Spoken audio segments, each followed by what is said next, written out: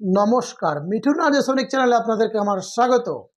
ইতিমধ্যে থাম্বনেল থেকে বুঝতে পেরেছেন যে সূর্যগ্রহণ কবে এবং সেই সূর্যগ্রহণ দিনে না রাত্রিতে। এই সূর্যগ্রহণের দিন কি গর্ভবতী মায়েরা কোনো কিছু কি সেবা করতে পারবেন না, মলমূত্র ত্যাগ করতে পারবেন না? আরও বিস্তারিত জানতে এই ভিডিওটি প্রথম থেকে শেষ পর্যন্ত দেখতে থাকুন। যাই হোক, আপনাদেরকে আমার নমস্কার। শুনুন, সাধারণত আমরা জেনে থাকি যে সূর্যগ্রহণে মলমূত্র বা কোনো খাবার খেতে নেই। তো তার পূর্বে আমি জানাই, আগামীকাল অর্থাৎ 8 এপ্রিল 2024 খ্রিস্টাব্দের প্রথম সূর্যগ্রহণ। এটি আমেরিকার সময় অনুযায়ী দিনের বেলায় হবে, কিন্তু ভারত তথা বঙ্গবাসীর ক্ষেত্রে এটি রাত্রিবেলায় সূর্যগ্রহণ হবে। তো এই সূর্যগ্রহণে আমরা জেনে থাকি যে অনেক বৈষ্ণব বাবাজি কিংবা অনেক গৌরীয় মঠের প্রভুরা বা অনেক গৌরীয় মঠের বাবাজিগণ তারা বলে থাকেন যে যতক্ষণ পর্যন্ত, অর্থাৎ সূর্যগ্রহণ যতক্ষণ চলবে ততক্ষণ পর্যন্ত কোনো খাবার বা মলমূত্র ত্যাগ, অন্য কোনো কর্ম ইত্যাদি এই সমস্ত কর্মগুলি করা যাবে না। তো তার পূর্বে একটি ঘটনা আপনাদেরকে আমি শোনাই। বিশিষ্ট বেদ অনুযায়ী কী বলছে সেটা তো বলবই, তো পুরাণ অনুযায়ী কী বলা হয়েছে বা বৈষ্ণবগণ কী বলে থাকেন সেটি আপনাদেরকে আমি শোনাব। তো ঘটনাটা কি দাঁড়াতে জানেন, যে যখন ভগবান শ্রীহরি বিষ্ণু অমৃত প্রদান করছেন দেবতাগণকে, এবং দেবতাগণকে অমৃত দেওয়ার মধ্যেখানেই অসুর প্রবেশ করে সেই লাইনে। এবার লাইনে যখন অসুরগণ দাঁড়িয়েছেন, তখন সূর্যদেব এবং চন্দ্রদেব বলেন যে হে শ্রীহরি বিষ্ণু, আজকে এই দেবতাগণের মধ্যে প্রবেশ করেছেন অসুরগণ, এবং আপনি ইতিমধ্যেই সেই অমৃত দান করে ফেলেছেন।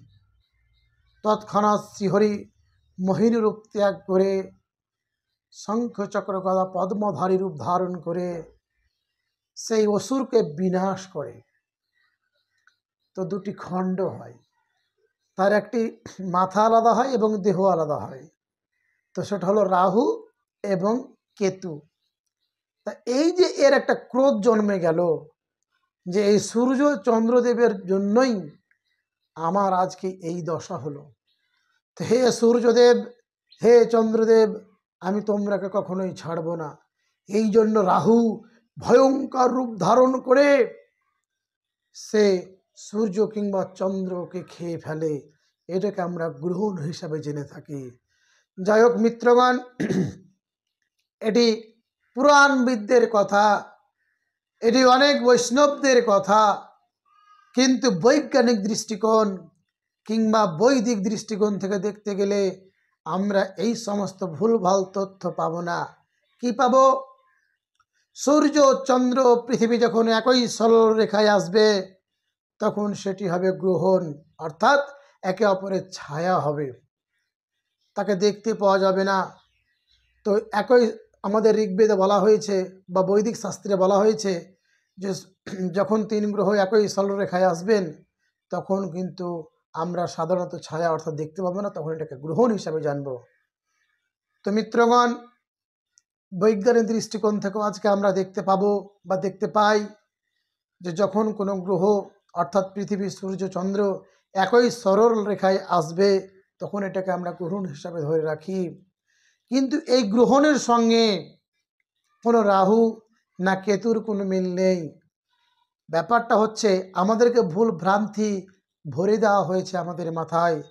অনেকে ভাবছেন গর্ভবতী মায়েরা এই সময় কোনো কিছু খেতে পাবে না, এই সময় মলমূত্র ত্যাগ করতে পারবেন না, কেউ কিছু করতে পারবেন না। কি করবেন? শুধু তারা নাকি ভগবানের ধ্যান জপ করবে, ভগবানের নামগুলো কীর্তন করবেন। আমি মানা করছি না, অবশ্যই করতে পারেন, আমার আপত্তি নেই, কিন্তু তার মানে তো এটা নয় যে গ্রহণ যতক্ষণ পর্যন্ত সময় থাকবে ততক্ষণ পর্যন্ত কোনো কিছু করা যাবে না। এটার সঙ্গে কোনো বৈজ্ঞানিক তথ্য নেই বা বৈদিক কোনো তথ্য নেই।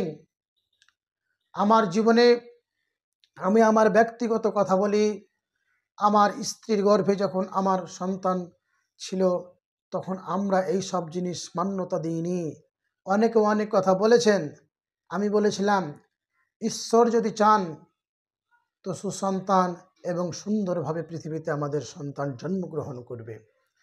তাই এই যে মলমূত্র ত্যাগ করবেন না, বৈজ্ঞানিক দৃষ্টিকোণ থেকে আমরা ডাক্তারদের মুখে শুনতে পাই যে যদি অনেকক্ষণ মূত্র বা মল অনেকক্ষণ ধরে রাখি তাহলে পেটের মধ্যে গ্যাস অর্থাৎ আলসার গ্যাস্ট্রিক হবে।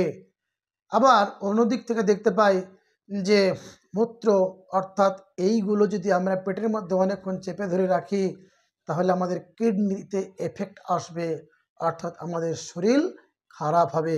তাই শরীর যাতে খারাপ না হয়, অসুস্থ না হয়, তাই এই সমস্ত কুসংস্কার থেকে বেরিয়ে আসুন। যাই হোক, এই ভিডিওটি যদি আপনার কিঞ্চিত পরিমাণ ভালো লেগে থাকে তো অবশ্যই লাইক শেয়ার করবেন। নমস্কার।